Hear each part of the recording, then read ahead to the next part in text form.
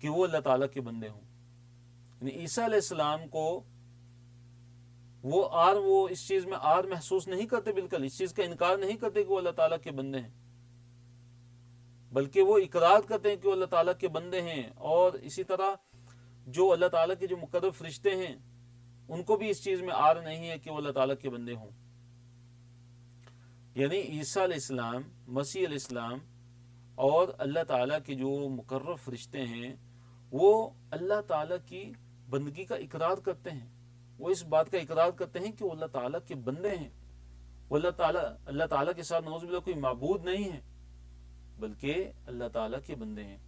پھر اللہ نے فرمایا کہ وَمَن يَسْتَنْكِفْ، اور جو بھی انکار کرے گا، جو بھی آر محسوس کرے گا، عن عبادتی ہی اللہ تعالیٰ کی عبادت سے، وہ یستکبر اور تکبر کرے گا، یعنی اللہ تعالیٰ کی عبادت سے تکبر کرے گا، فَسَيَحْشُرُهُمْ، تو اللہ تعالیٰ ان قریب اکٹھا کرے گا ان سب کو، الیہ اپنی طرف، جمیعاً سب کے سب کو. تو اللہ تعالیٰ سب کے سب کو اپنی طرف اکٹھا کرے گا. فَأَمَّا الَّذِينَ آمَنُوا، تو رہے وہ لوگ جنہوں نے ایمان لایا، وَعَمِلُوا الصَّالِحَاتِ، اور جنہوں نے نیک عمل کیے، فَيُوَفِّيهِمْ أُجُورَهُمْ، تو اللہ تعالیٰ ان کے اجر ان کو پورے پورے عطا فرمائے گا، وَيَزِيدُهُمْ مِنْ فَضْلِ، بلکہ زیادہ دے گا اپنے فضل سے. تو جو لوگ ایمان لائیں گے اور جو لوگ نیک عمل کریں گے، اللہ نے فرمایا کہ اللہ تعالیٰ ان کے اجر پورے پورے ان کو دے گا، بلکہ اپنے فضل سے ان کو زیادہ بھی عطا فرمائے گا. وَأَمَّا الَّذِينَ اسْتَنْكَفُوا، اور رہے وہ لوگ کہ جنہوں نے انکار کر دیا، جنہوں نے آر محسوس کیا اللہ تعالیٰ کی بندگی سے، وَاسْتَكْبَرُوا، جنہوں نے استکبار یعنی تکبر کیا، فَيُعَذِّبُهُمْ، تو یقیناً اللہ تعالیٰ ان کو عذاب دے گا. پس اللہ تعالیٰ ان کو عذاب دے گا، عذاباً علیما، سخت دردناک عذاب ان کو دے گا. وَلَا يَجِدُونَ لَهُمْ، اور نہیں وہ پائیں گے اپنے لیے، من دون اللہ، اللہ تعالیٰ کے سوا، ولیاً کوئی مددگار، ولا نصیرا، ولیاً دوست، ولا نصیرا کوئی مددگار. تو ایسے لوگوں کو نہ ہی کوئی ولی کوئی دوست ملے گا، اور نہ ہی اللہ تعالیٰ کے عذاب سے چھڑانے کے لیے ان کو کوئی مددگار ملے گا. آیت نمبر 174 میں اللہ تعالیٰ نے فرمایا کہ اللہ تعالیٰ کی طرف سے تمہارے پاس دلیل آ گئی ہے اور نور بھی آ گیا ہے. یا ایھا الناس، اے لوگو، قد جاءکم، یقیناً تمہارے پاس آ چکا ہے. کیا آ چکا ہے؟ برہان، اللہ تعالیٰ کی طرف سے تمہارے پاس دلیل آ چکی ہے، واضح دلیل. اور اس سے مراد کیا؟ مفسرین نے لکھا ہے کہ محمد صلی اللہ علیہ وسلم، تمہارے پاس محمد صلی اللہ علیہ وسلم آ چکے ہیں. وَأَنزَلْنَا، اور نازل کیا ہے ہم نے، الیکم تمہاری طرف، نوراً مبیناً واضح، اور ہم نے تمہاری طرف واضح نور کو نازل کیا ہے. اور اس سے مراد کیا ہے؟ قرآن ہے، جس کو اللہ تعالیٰ نے نور مبین قرار دیا ہے. فَأَمَّا الَّذِينَ آمَنُوا، تو پس جن لوگوں نے ایمان لایا، باللہ اللہ تعالیٰ پر، وَاعْتَصَمُوا، اور جنہوں نے مضبوطی سے پکڑا، بِہِ اس کے ساتھ، یعنی جنہوں نے اس کو مضبوطی سے پکڑ لیا، یعنی اللہ تعالیٰ کو، اس سے مراد کہ اللہ تعالیٰ کے دین کو مضبوطی سے پکڑ لیا. فَسَيُدْخِلُهُمْ، تو انقریب، بس اللہ تعالیٰ انقریب ان کو داخل کرے گا، فی رحمت منہ، رحمت میں، منہ اس کی طرف سے، یعنی اپنی طرف سے اللہ تعالیٰ، وفضل، اور فضل میں، اللہ تعالیٰ ان کو اپنی رحمت میں داخل کرے گا، اپنے فضل کے اندر داخل کرے گا.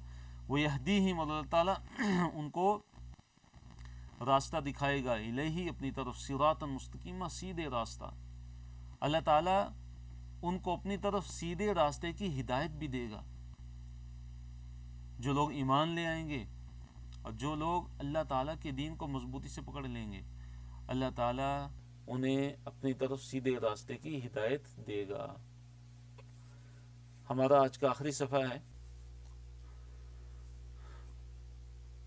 آیت نمبر 176 میں اللہ تعالیٰ نے کلالہ کی میراث کا ذکر کیا ہے، اور اس کا ذکر پہلے بھی ہو چکا ہے کہ کلالہ کسے کہتے ہیں؟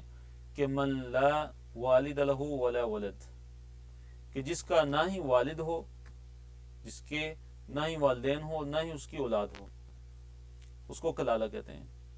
کہ جس کی نہ اولاد ہو اور نہ ہی اس کے والدین ہوں، تو اس کی میراث کیا ہے؟ اس کی میراث کیسے تقسیم ہوگی؟ اس کی میراث کیا ہے؟ اس کا ذکر اللہ تعالیٰ نے اس آیت کے اندر ذکر کیا ہے. آیت نمبر 176 کے اندر اللہ نے فرمایا کہ یستفتونک، یہ آپ سے فتویٰ طلب کرتے ہیں. قل اللہ، آپ کہہ دیجئے اللہ تعالیٰ یفتیکم، فتویٰ دیتا ہے تمہیں، فی الکلالتی، کلالہ میں.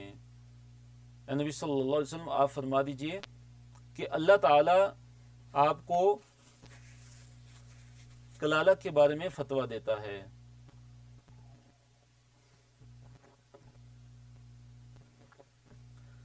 اللہ تعالیٰ تمہیں کلالہ کے بارے میں فتویٰ دیتا ہے کہ انی مرون، اگر کوئی بندہ، اگر کوئی مرد ہلاکا، فوت ہو جاتا ہے، یعنی اگر کوئی شخص فوت ہو جاتا ہے، لیس لہ ولد، اور اس کے لیے کوئی اولاد نہیں ہے. ولد سے مراد یہاں پہ کیا؟ اولاد.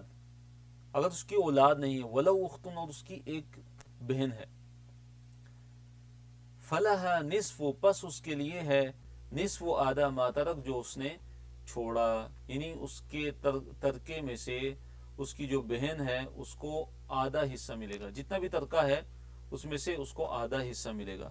یعنی اگر ایک انسان، ایک شخص فوت ہو جاتا ہے، اب جو اس کے ورثاء ہیں اس میں صرف ایک بہن ہے اس کی، والدین بھی اس کے نہیں ہیں، اس کی اولاد بھی نہیں، کیونکہ کلالہ سے مراد ہی یہی ہے کہ فوت ہو گیا، وہ میت ہے، یعنی فوت شدہ ہے، لیکن اب اس کے والدین بھی نہیں ہیں اور اس کی اولاد بھی نہیں ہے. جب وہ فوت ہوا تو اس کے ورثاء میں سے نہ اس کے والدین زندہ ہیں اور نہ ہی اس کی اولاد ہے کوئی. فرمایا تو اس کی ایک بہن ہے، اگر اس کی ایک بہن اگر اس کی وارث بن رہی ہے تو اس بہن کو، اور یہاں بہن سے کون سی بہن مراد ہے؟ جو سگی بہن ہے یا اللاتی بہن ہے، جو باپ شریک جو بہن ہے وہ، تو اس کو آدھا حصہ ملے گا. پھر فرمایا وَهُوَ يَرِثُهَا، اور وہ اس کا وارث بنے گا، اس بہن کا وارث بنے گا.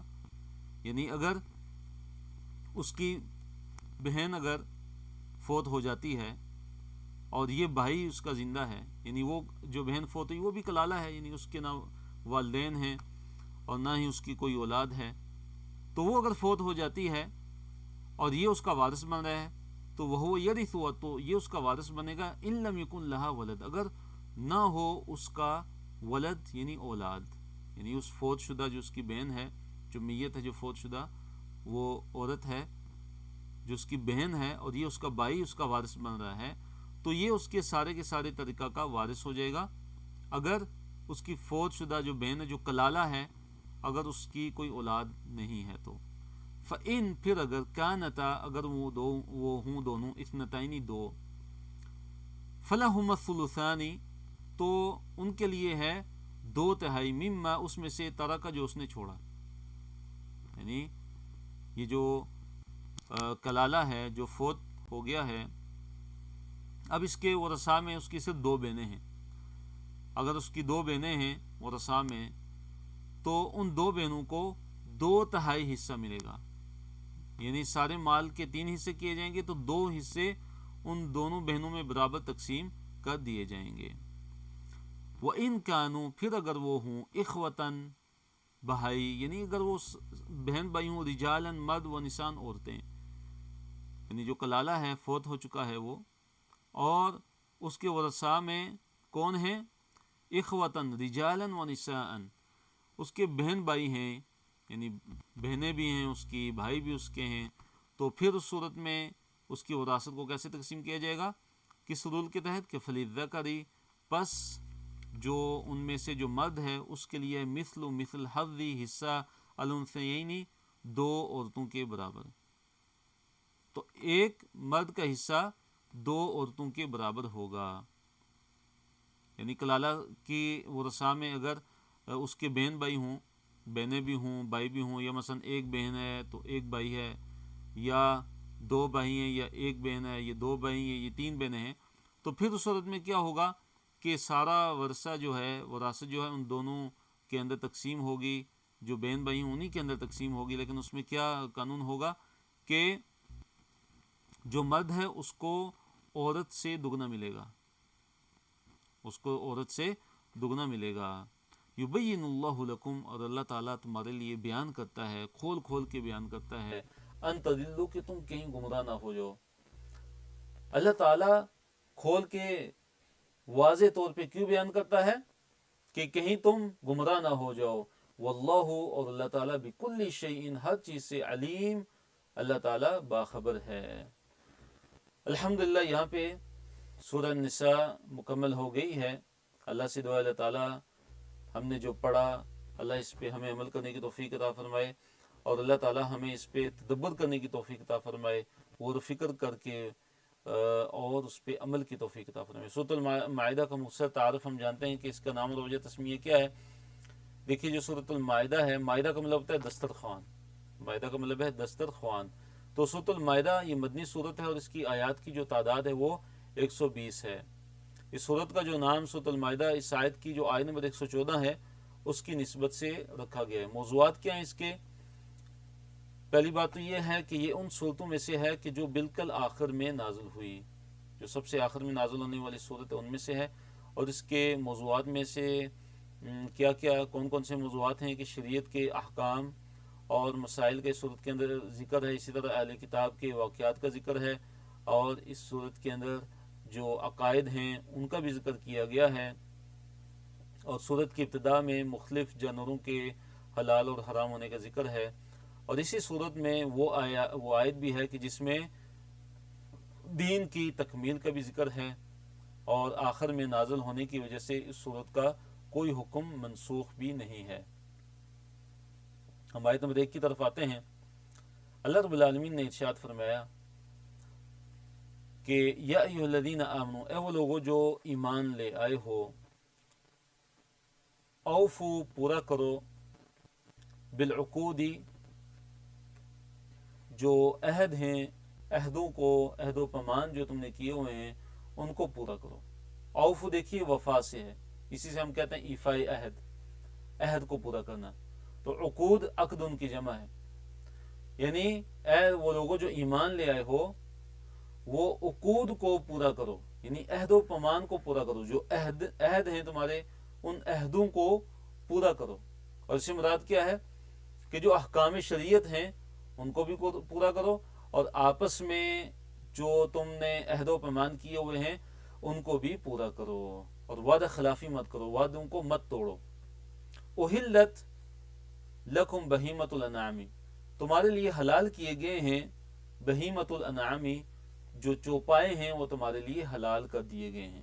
چوپائے تمہارے لیے حلال کر دیے گئے ہیں، یعنی اونٹ ہے، گائے ہے، بکری ہے، بھیڑ ہے، یہ بہیمۃ الانعام ہیں، ان کو اللہ تعالیٰ نے تمہارے لیے حلال کر دیا گیا، اللہ نے حلال کیا. الا، مگر، ما، جو، یتلا، پڑھی جاتی ہے، علیکم، تم پر، یا الا ما یتلا علیکم، یا وہ جو پڑھی جائیں گی تم پر، یعنی جن کی حرمت تم پر پڑھی جائے گی، وہ جانور کہ جو اگلی آیات میں آ رہا ہے. جیسے اللہ نے ذکر کیا کہ تم پر مردار کو حرام کرا دیا گیا ہے، تم پر حرام کر دیا گیا مردار. اور اس طرح جو اللہ تعالیٰ کے علاوہ کسی اور کے نام کا ذبح کیا جائے اس کو تم پہ حرام کر دیا. اسی طرح جو منخنقہ ہے، جو گلا گھٹنے کی وجہ سے جو جانور مر جاتا ہے، اور موقوذہ ہے جیسے، تو یہ اگلی آیات میں آ رہے ہیں انشاءاللہ، ان جانوروں کا ذکر ہوگا. تو یہ جو جانور ہیں ان کو اللہ نے کیا کہ الا ما یتلا علیکم، جو تم پر پڑے جائیں گے تو وہ تو حرام ہے، لیکن جو بہیمۃ الانعام ہے، جو مویشی ہیں، چوپائے ہیں، چوپائے جو مویشی ہیں وہ تمہارے لیے حرام، وہ تمہارے لیے حلال کر دیے گئے ہیں.